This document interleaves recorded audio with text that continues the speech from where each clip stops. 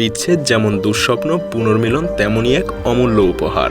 সত্যি বলতে আলাদা হয়ে যাওয়া সত্যিকারের বন্ধুদের জন্য দুঃস্বপ্নের মতোই, কিন্তু পুনর্মিলনের মুহূর্ত সেই দুঃস্বপ্নকে মুছে দিয়ে নিয়ে আসে এক অশ্রুভেজা আনন্দ।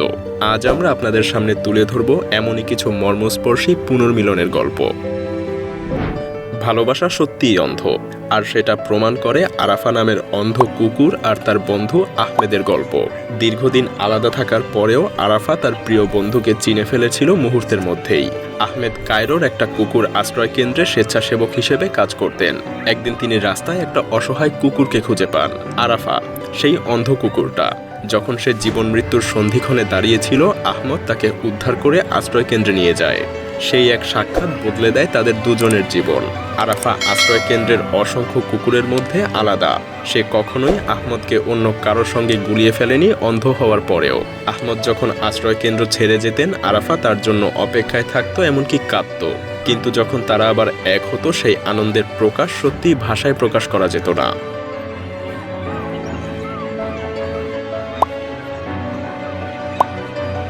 ইয়াঙ্কি একটা মজার মোরগ, যার আশেপাশে 14টা মুরগি থাকলেও সে কেবল তার প্রিয় মানুষ লেনাকে নিয়েই ব্যস্ত। যখনই লেনা বাড়ি ফেরে, ইয়াঙ্কি তার সব সঙ্গীদেরকে ফেলে ছুটে যায় লেনার দিকে। এমনকি কোনো কুকুর বা অন্য কেউ লেনার কাছে আসতে চাইলেও ইয়াঙ্কি তাতে বাধা দেয়। লেনা ছোট্ট বাচ্চা অবস্থায় ইয়াঙ্কিকে বড় করেছিলেন। সেই থেকেই মুরগিটা তার সঙ্গে গভীর বন্ধনে জড়িয়ে পড়ে। এখন ইয়াঙ্কি সারাদিন লেনার পেছন পেছন ঘুরে বেড়ায়। যখনই লেনা বসেন, ইয়াঙ্কি এসে তার কোলে বসে পড়ে। মার্টিন একটা বুদ্ধিমান হাঁস, যে তার মালিক ওলাকে এক মুহূর্তের জন্য চোখের আড়াল হতে দেয় না। ওলা যেখানে যায়, মার্টিন ঠিক তার পেছনেই থাকে। এমনকি সে বাড়ির ভেতরেও ঢুকে পড়ে। ওলা যদি দোকানে যায়, তখন মার্টিন বাইরে অপেক্ষা করে। ওলা ফিরে এলেই সে ছুটে গিয়ে তাকে আলিঙ্গনের মতো করে ঘিরে ধরে। মার্টিনের এই ভালোবাসা আর সঙ্গই নিশ্চিত করে যে সে কখনোই খাবারের প্লেটে উঠবে না। এই মজার কিন্তু গভীর বন্ধন দেখলে আপনিও বলবেন হাঁসের মধ্যেও সত্যিকারের ভালোবাসা লুকিয়ে থাকে। কয়েক বছর আগে ফিলিয়া নামের এক পাখি তার জীবন বদলে দেওয়া এক মানুষের সাক্ষাৎ পায়। সে একদিন আহত অবস্থায় ওই মানুষটার কাছে আসে। তিনি পেলিক্যানটাকে নিজের বাড়িতে নিয়ে গিয়ে যত্ন করে সুস্থ করে তোলেন। কিন্তু ফিলিয়া তার নতুন জীবন এতটাই ভালোবেসে ফেলে যে সে আর দক্ষিণে উড়ে যাওয়ার কথা ভাবতেই পারেনি। ফিলিয়া এখন তার উদ্ধারকর্তার বাড়িতেই থাকে। সমুদ্র থেকে মাছ ধরার বদলে সে এখন বাটিতে রাখা খাবারই খায়। এমনকি সে তার মালিককে সাহায্য করে গাড়ি বিক্রির বিজ্ঞাপনেও।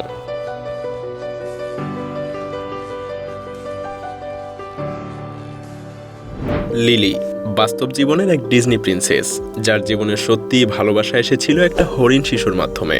আর সেই হরিণ শিশুটার নাম ডোনাট। ছোট্ট বাচ্চাটা মাত্র কয়েক দিনের ছিল যখন লিলির ভাই তাকে খুঁজে পায়। সেই ক্ষুদ্র প্রাণীটাকে লিলির কাছে নিয়ে আসা হয়, আর তখন থেকেই শুরু হয় তাদের অসাধারণ বন্ধুত্বের গল্প। প্রথম দিকে ডোনাট এতটাই ভীত ছিল যে সে কেবল লিলির বাহুতেই ঘুমাতো। লিলির ভালোবাসা আর যত্ন ধীরে ধীরে তার ভয় দূর করেছিল। একদিন ঘটে এক ভয়ঙ্কর ঘটনা। হঠাৎ এক বিকট শব্দে ডোনাট দৌড়ে পালিয়ে যায়। লিলি, তার পরিবার আর বন্ধুরা দিনরাত তাকে খুঁজতে থাকে। অবশেষে তারা অলৌকিকভাবে ডোনাটকে খুঁজেও পায়। আজ ডোনাট তাদের বাড়ির আশেপাশে মুক্তভাবে ঘুরে বেড়ায়। সে লিলিকে তার ভালোবাসা আর বিশ্বাস দিয়ে আগলে রাখে।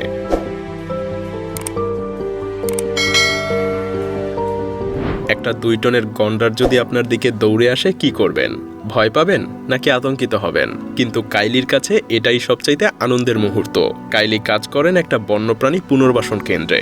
সেখানেই একদিন নিয়ে আসা হয় ক্রাকেট নামের এই ছোট্ট অসহায় গন্ডারকে, যার বেঁচে থাকার সম্ভাবনা ছিল খুবই কম। কাইলি ঠিক করলেন এই ছোট্ট প্রাণীটাকে তিনি নতুন জীবন দিবেন। দিনরাত এক করে কাইলি ক্রাকেটকে সুস্থ করলেন। তার যত্ন আর ভালোবাসায় ক্রাকেট ধীরে ধীরে বড় হতে লাগলো।